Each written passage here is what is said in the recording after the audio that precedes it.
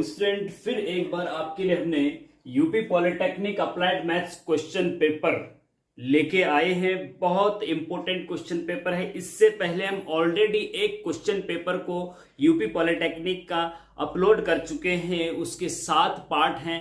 आप जाके प्लेलिस्ट में यूपी पॉलिटेक्निक मैथ्स के नाम से प्लेलिस्ट है चैनल पे, वहां जाके देख लीजिए। सातों के सातों पार्ट आपको एक साथ मिल जाएंगे, उनको क्रम से देख लीजिएगा।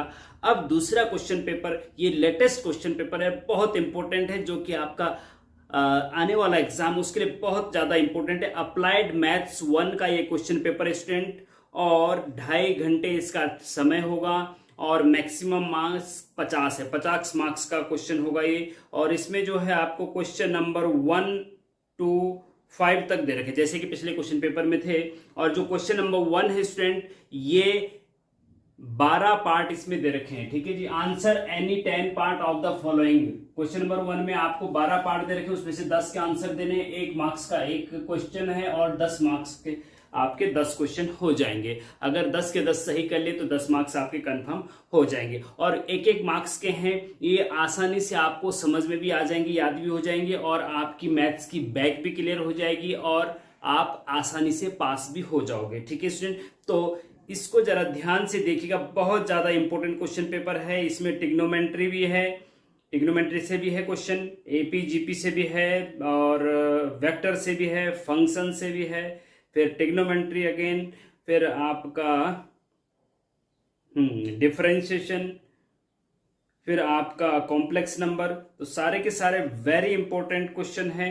इनकी डिटेल स्टडी हम आपको करवाने वाले हैं, और एक एक क्वेश्चन को ध्यान से देखिएगा स्टूडेंट। और इसमें हम थोड़ा सा, इस बार हम थोड़ा सा स्पीड पकड़ेंगे। ठीक है, पहले वाले पार्ट में हमने आराम से करवाने की कोशिश करी थी, लेकिन इसमें हम थोड़ा सा स्पीड पकड़ेंगे, जिससे कि ज्यादा से ज्यादा क्वेश्चन एक वीडियो में ही कवर हो जाए। ठीक है स्टूडेंट, तो चलिए शुरू करते हैं। और एक चीज और बता दूं मैं आपको कि जैसे मान लीजिए ट्रिग्नोमेट्री का क्वेश्चन है, तो ट्रिग्नोमेट्री का क्वेश्चन है, अगर आप किसी भी स्टेट की पॉलिटेक्निक में पढ़ते हैं, ठीक है, अगर आपके सिलेबस में इस ट्रिग्नोमेट्री है, तो ये क्वेश्चन आपके काम का है। आप इस वीडियो को आगे तक देख सकते हैं। ठीक है जी। तो इस प्रकार से अपने सिलेबस के अकॉर्डिंग, आप किसी भी स्टेट में हैं, आप सिलेबस के अकॉर्डिंग अपना क्वेश्चन देख सकते हैं, और जो आपके सिलेबस में नहीं उसको स्किप करके आगे वीडियो में जा सकते हैं। तो चलिए शुरू करते हैं।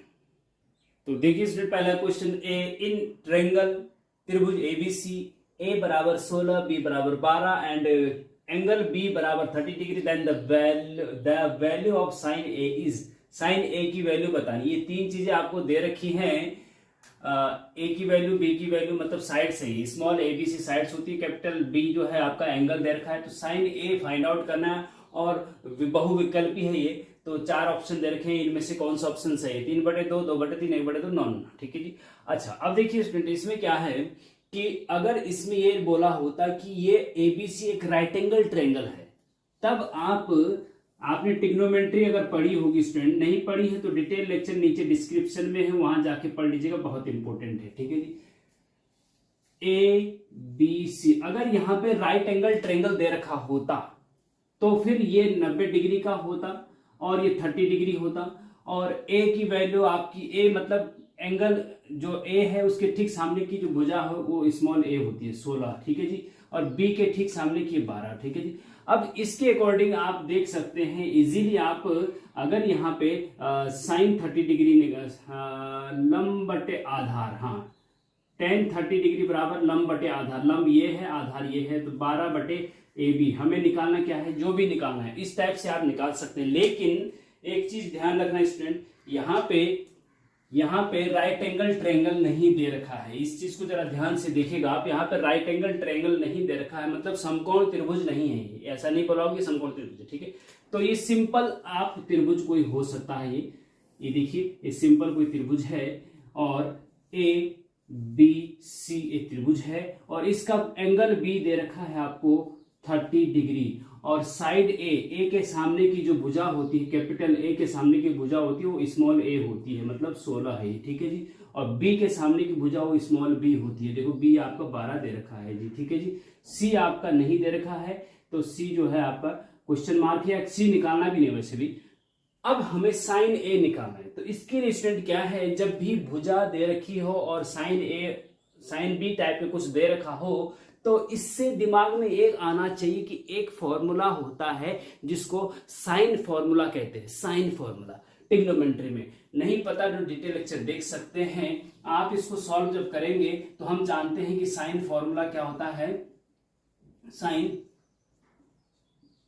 फॉर्मूला क्या होता है? Sine formula, sine formula is, देखो वो होता है साइन ए बटे स्मॉल ए बराबर साइन बी बटे स्मॉल बी बराबर साइन, जो पिछला क्वेश्चन पेपर मैंने करवाया है यूपी पॉलिटेक्निक का, उसमें भी आपका ये इस टाइप का क्वेश्चन है जिसमें ये फॉर्मूला यूज हो रहा है। ठीक है, तो बहुत इंपॉर्टेंट क्वेश्चन है, ध्यान से देखिएगा। साइन सी अपॉन सी, ठीक है जी, ये फॉर्मूला होता है साइन ए बटे ए, साइन बी बटे बी, साइन सी बटे सी। ए बी सी जो स्मॉल में है ये साइड्स हैं त्रिभुज की, और कैपिटल ए बी सी ये त्रिभुज के कोण हैं, एंगल हैं। ठीक है जी, ए बी सी एंगल। ठीक है, ये ए एंगल ये वाला है, सी एंगल ये वाला है। ठीक है, इस टाइप से है, इसको याद रखिए, बहुत इंपॉर्टेंट है। ठीक, अब हमें चाहिए क्या? हमें साइन ए चाहिए भैया। ठीक है, क्या चाहिए हमें? साइन ए चाहिए। तो हम इसको ऐसा भी तो कर सकते हैं कि साइन ए हटा दो, साइन सी बटे सी को हटा दो, क्योंकि दिस इक्वल टू दिस है, तो दिस इक्वल टू दिस रख सकते हैं, इसको हटा दो। फिलहाल हमें जरूरत केवल इसकी है, तो sine A is equal to A बराबर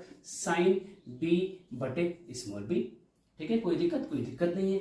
अच्छा, एम्प्लाई साइन ए तो आपको निकालना है जी, निकालना है ना, देखो, और ए स्मॉल ए क्या है? 16 है जी, बराबर साइन बी कितना है जी? साइन बी मतलब साइन बी की जगह 30 डिग्री रख दो भैया, है ना, तो साइन 30 डिग्री हो गया, और स्मॉल बी की जगह 12 रख दो। ठीक है जी। अच्छा, इसको थोड़ा और सॉल्व करो आगे, तो साइन ए तो अपनी जगह पे है जी, साइन ए अपनी जगह पे है, इज इक्वल टू, देखो हमें साइन ए निकालना है, 16 को उधर ले जा, क्रॉस मल्टीप्लिकेशन होगा ना, 16 को उधर ले जा सकते हैं, तो 16 गुणा गया साइन 30 डिग्री का मान क्या होता है? देखो साइन 60 डिग्री का मान √3/2 होता है, साइन 30 डिग्री का मान 1/2 होता है जी। ठीक है जी, ये आपको पता होना चाहिए, नहीं पता तो डिटेल लेक्चर देख लीजिए। साइन 30 डिग्री का मान 1/2 होना चाहिए, याद रखेंगे आप इसको। ठीक है, और हाँ, अपॉन में 12 है ही जी आपका, है ना, 16 यहाँ चला गया था। अब 2 से 16 काटेंगे, 2 8 16 होते हैं जी, और ये 8/12 हो गया जी, 8 है यहाँ अपॉन 12, 4 दूना 8 और 4 किए 12, तो इसका मतलब 2/3 आपका आंसर आ गया जी। साइन ए की वैल्यू 2/3 आ गई। अब देखो 2/3 सेकंड ऑप्शन सही है जी आपका, तो इस प्रकार से इसको आप ऐसे कर सकते हैं, बहुत इंपॉर्टेंट है, ध्यान से देखिएगा। इससे रिलेटेड क्वेश्चन अपनी बुक से भी प्रैक्टिस करिएगा। तो next question, which term of the series 1/4, -1/2, 1, dash is 1-128। मतलब कि जो ये सीरीज दे रखी है, इसका कौन सा पद -128 है? इस सीरीज का कौन सा पद?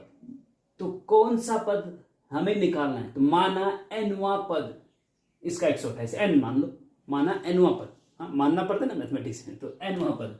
तो देखिए कैसे करेंगे स्टूडेंट, इसको ध्यान से देखिएगा। सबसे पहले तो सीरीज है उसको लिख लीजिए, -1/2 से पहले है 1/4, comma -1/2, comma 1, comma dash dash dash. अब सबसे पहले स्टूडेंट ये ध्यान दीजिए कि ये पहले चेक करिए कौन सी है। ऑप्शन दे रखे हैं, 20वां पद है, 15वां पद है, 10वां पद है, कौन सा है? चलो ये सीरीज पहले चेक करो, एपी जीपी का है ये, तो एपी है या जीपी है, कौन सा है? सबसे पहले ये चेक करना जरूरी। देखो सबसे पहले तो 1/4 -1/2, एक बार प्लस माइनस से, एक बार प्लस एक बार माइनस अगर चलता है तो उससे आइडिया आपको लग जाना चाहिए कि जीपी का होता है। फिर जब प्लस माइनस चलता है ना, तो जीपी का होता है। और दूसरा क्या है, इसमें से इसको घटाओ और इसमें से इसको घटाओ, अगर बराबर आता है तो एपी है, और इसमें से इसको डिवाइड करो और इसमें से इसको डिवाइड करो, सेकंड पद बटे, तो अगर सेकंड पद बटे फर्स्ट पद बराबर होता है थर्ड पद बटे सेकंड पद, तो फिर वो जीपी है। डिवीजन, जीपी में डिवीजन होता है। तो सेकंड पद क्या है? -1/2 है, फर्स्ट पद क्या है? 1/4 है।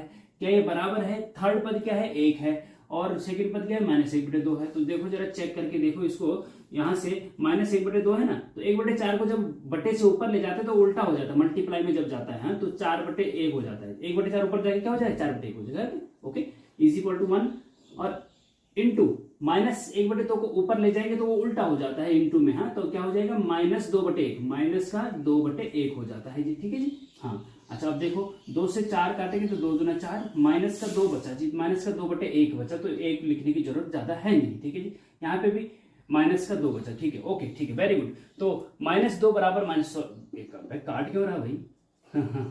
तो -2 बराबर -2 आया है, तो दोनों सेकेंड पद बटे फर्स्ट पद भी -2 आया है, थर्ड पद बटे सेकेंड पद भी -2 आया है। इसका मतलब ये जीपी है, इसका मतलब ये जीपी है। और जिसमें जीपी में फर्स्ट टर्म है इसका 1/4, फर्स्ट टर्म जो पहला वाला होता है, और आर जो होता है ना कॉमन रेशियो कहते हैं उसको, सार्वनुपात कहते हैं। आर वही होता है जो सेकंड पद बटे फर्स्ट पद, सेकंड पद बटे फर्स्ट पद क्या निकला हमारा -2 निकला जी। हाँ ये हो गया। अब कौन सा पद माना एनवा पद, हाँ एनवा पद, एन हमें क्वेश्चन मार्क, एनवा पद एन क्वेश्चन मार्क है, और एन आपका एनवा पद माना एनवा पद -128 है, तो एनवा पद मतलब एन, एन कितना है -128 है, ठीक है जी। तो एन हमें निकालना है, ये तीन चीजें दे रखी हैं, एन निकालना है। अब देखो कैसे इसको करते हैं स्टूडेंट, ध्यान से देखिएगा कि ऑप्शन में तो ऐसा है आप डायरेक्ट टिक आंसर भी लिख सकते हैं, अगर आपको पता है तो डायरेक्ट, अगर आपको बगल वाले ने बता दिया सॉल्व करके, तो बगल वाला अगर बता देगा कि 10th हुआ है छोड़ो सॉल्व करने की जरूरत नहीं, तो आप डायरेक्ट भी आपको पूरा मार्क्स मिलेगा उसमें, लेकिन आप क्वेश्चन को सॉल्व करिए तो ज्यादा अच्छा रहेगा।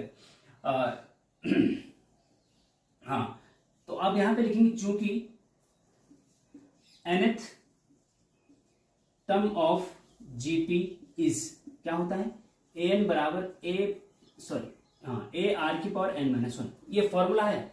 जैसे एपी का होता है an बराबर a प्लस ब्रैकेट में n-1 इंटू 2 ही एपी का होता है, तो जीपी का an बराबर a इंटू आर की पावर n-1 होता है, आर की पावर होता है, ठीक है। ध्यान रखना कि केवल आर की पावर n-1 है, बहुत इंपॉर्टेंट है, ठीक है।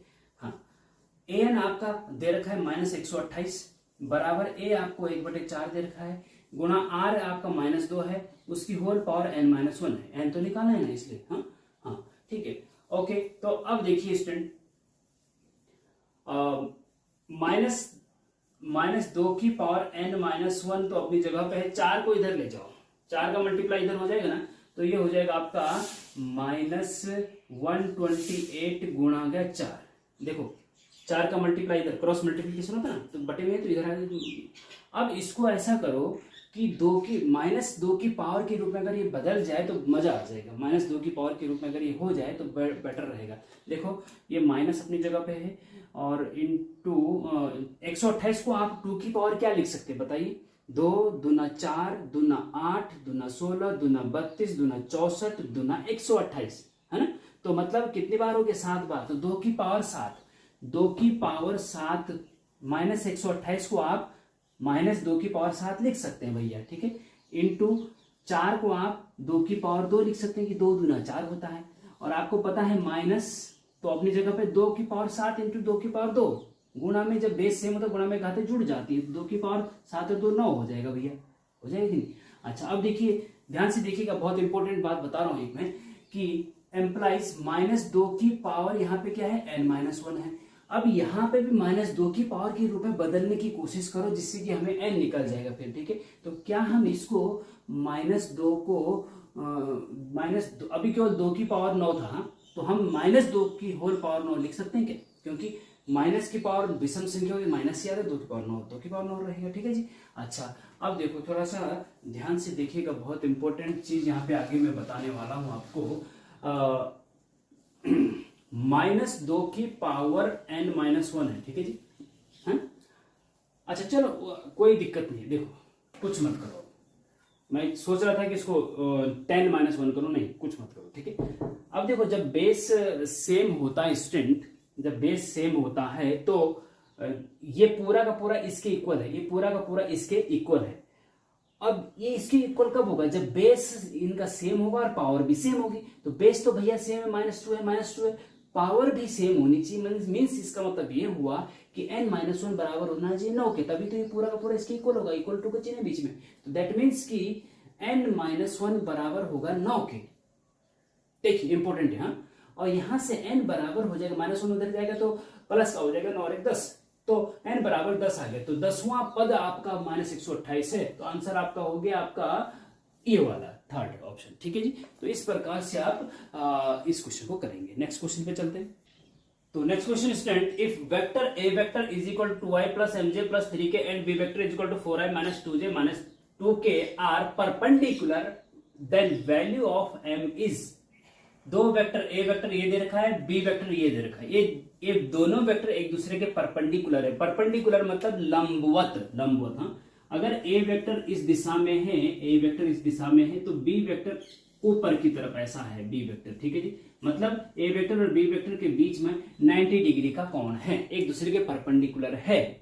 तो m की वैल्यू बताओ, जो ए वेक्टर में j का गुणांक है ना m, इसकी वैल्यू निकालिए। तो कैसे निकालेंगे? देखो ऐसा स्टूडेंट कि जब दो वेक्टर, हाँ वेक्टर को आपको डिटेल लेक्चर समझने हैं तो नीचे डिस्क्रिप्शन में है, आप नहीं पता है थोड़ा बहुत पढ़ाओ। देखो एक चीज मैंने इसमें देखा स्टूडेंट कि जो पिछला क्वेश्चन पेपर मैंने आपका सॉल्व किया उसमें और इसमें बहुत समानता है लगभग। देखो वेक्टर वहां भी था, साइन फॉर्मूला वहां भी था, यहां भी है, वेक्टर यहां भी है, वहां भी था, सारे के सारे क्वेश्चन रिपीट होते हैं, थोड़ा सा डिजिट चेंज होती है। तो इसलिए प्रीवियस ईयर के क्वेश्चन पेपर जैसा कि ये वाला क्वेश्चन पेपर है, एक दूसरा क्वेश्चन पेपर जो हम अपलोड कर चुके हैं, अगर आपने इन दो पेपर को अच्छे से पढ़ लिया और उसके आसपास के क्वेश्चन दो चार चार और कर लिए तो और कुछ पढ़ने की आपको जरूरत नहीं है। मैं एक गारंटी के साथ कहता हूं, कुछ पढ़ने की जरूरत नहीं है। आप बहुत अच्छे मार्क्स ला सकते हैं, बहुत अच्छे, केवल पास ही नहीं, बहुत अच्छे मार्क्स ला सकते हैं। इस चीज का ध्यान रखना। ए वेक्टर बी वेक्टर, जब दो वेक्टर एक दूसरे के परपेंडिकुलर होते हैं तो उन दो वेक्टर के बीच का जो डॉट प्रोडक्ट होता है ना वो 0 के बराबर होता है। याद रखना इस चीज को, क्योंकि स्टूडेंट होता क्या है कि ए वेक्टर डॉट बी वेक्टर, दो सदिशों का अदिश गुणन का एक फॉर्मूला होता है। A vector dot B vector is equal to A vector का मापांक बी वेक्टर का मापांक और कॉस थीटा। अब जब थीटा की जगह 90 डिग्री होगा तो कॉस 90 डिग्री का मान 0 होता है, इसलिए पूरा का पूरा 0 हो जाता है। तो इसलिए जब दो वेक्टर एक दूसरे परपेंडिकुलर होता है तो ए वेक्टर उन दोनों वेक्टर का डॉट प्रोडक्ट जो होता है वो 0 के बराबर होता है, ठीक है। इस चीज का ध्यान रखेंगे।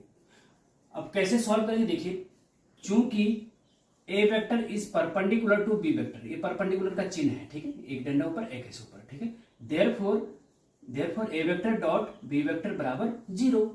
अच्छा, implies A vector dot B vector, A vector क्या है 2i plus mj plus 3k dot B vector क्या है, ये देखो 4i minus 2j minus 2k। हम ijk के ऊपर कैप नहीं लगा रहे स्टूडेंट, वैसे होता क्या है ये कैप होनी चाहिए इनके, ये ijk जो होते हैं ना यूनिट वेक्टर होते हैं और यूनिट वेक्टर के ऊपर कैप लगती है, ठीक है।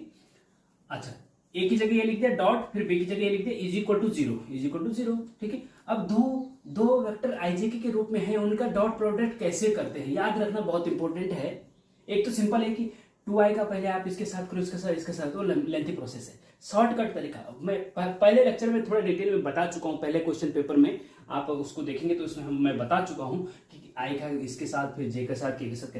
इसमें मैं शॉर्ट तरीका आपको बता रहा हूं कि जब भी दो वेक्टर्स का डॉट प्रोडक्ट करना हो तो उनके i के कोफिशिएंट का मल्टीप्लाई करके यहाँ लिखो, फिर प्लस, फिर j के कोफिशिएंट का मल्टीप्लाई करके यहाँ लिखो, प्लस फिर k के कोफिशिएंट का मल्टीप्लाई करके यहाँ लिखो। जो मैंने बोला वो बहुत इंपॉर्टेंट, नोट कर लो। नहीं सुन पाए तो टक टक करके पीछे 10 सेकंड जाओ सुन लो, ठीक है। i के कोफिशिएंट का मल्टीप्लाई, तो i का कोफिशिएंट यहाँ 2 है, यहाँ पे 4 है, तो 4 दूना 8 लिख दो भैया। फिर बीच में प्लस का चिन्ह आता है, ठीक है, 4 दूना 8, फिर प्लस का चिन्ह आता है। अब j का कोफिशिएंट m है, प्लस का m है, और j का कोफिशिएंट m माइनस का 2 है। j के कोफिशिएंट प्लस का m और माइनस का 2 का मल्टीप्लाई करेंगे तो माइनस 2m हो जाएगा। क्या हो जाएगा? माइनस 2m, ठीक है। हाँ, फिर प्लस, बीच में प्लस आता है, i के कोफिशिएंट का मल्टीप्लाई, फिर प्लस j के कोफिशिएंट का मल्टीप्लाई, फिर प्लस, फिर k के कोफिशिएंट का मल्टीप्लाई। यहाँ पे 3 है, प्लस का 3 है, यहाँ पे k के आगे गया माइनस का 2 है, तो प्लस का 3 और माइनस 2 का मल्टीप्लाई करेंगे तो 3 दूना 6 माइनस का 6, माइनस का 6 इज इक्वल टू 0 तो है, ठीक है। हाँ, अब देखो, अब इन ब्रैकेट को खोल देंगे तो माइनस चिन्ह बाहर आ जाएगा, तो 8 माइनस 2m हो जाएगा और यह माइनस 6 हो जाएगा इज इक्वल टू 0। एम्प्लाइज, यहाँ पे देखेंगे आप ऐसा करते हैं कि 8 में से 6 गए, कितना बचता है? प्लस का 2 बचेगा ना, 2 minus 2m is equal to 0, ठीक है। 8 में से 6 2 है ना। अच्छा, अब देखो यहाँ पे 2m बराबर, 2m को उधर प्लस हो जाएगा, 2 यही रहेगा, 2m बराबर 2 हो जाएगा, तो यहाँ पे आपका m बराबर क्या हो जाएगा? 1 हो जाएगा, 2 बटे में जाएगा ना, तो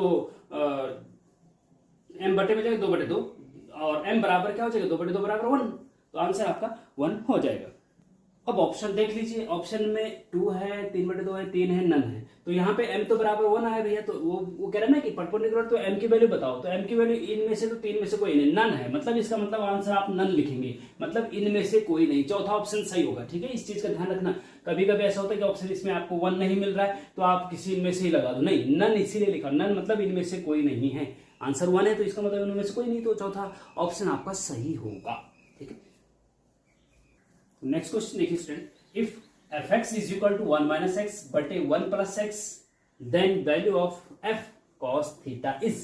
देखो फंक्शन दे रखा है आपको और fx की वैल्यू दे रखी है f cos theta निकालना है। fx की वैल्यू दे रखी है f cos theta। देखो ये फंक्शन का क्वेश्चन है, डिटेल लेक्चर डिस्क्रिप्शन में फंक्शन के, ठीक है, डिफरेंशिएशन के नाम से प्लेलिस्ट है, वहां पे फंक्शन लिमिट सब कुछ बता रखा है, बहुत इंपॉर्टेंट है, वहां जाके देख लीजिए।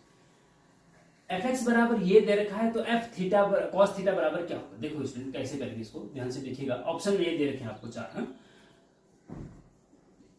गिवन दैट आपको दिया हुआ है, क्या दिया हुआ है, fx is equal to 1 minus x बटे 1 plus x, therefore f cos theta बराबर क्या होगा। तो जब लेफ्ट हैंड साइड में x की जगह cos थीटा रखा है तो राइट हैंड साइड में भी x की जगह cos थीटा रख दो। तो जब fx बराबर होगा तो f cos थीटा बराबर क्या हो जाएगा, 1 माइनस, देखो लेफ्ट साइड में x की जगह cos थीटा रखा है तो राइट साइड में x की जगह cos थीटा रख दो, 1 माइनस cos थीटा बटे 1 प्लस x की जगह cos थीटा, ठीक है जी। इसको सिंप्लीफाई करो तो f cos थीटा की वैल्यू आ गई। इनमें से कोई ऑप्शन होगा तो देख लेंगे।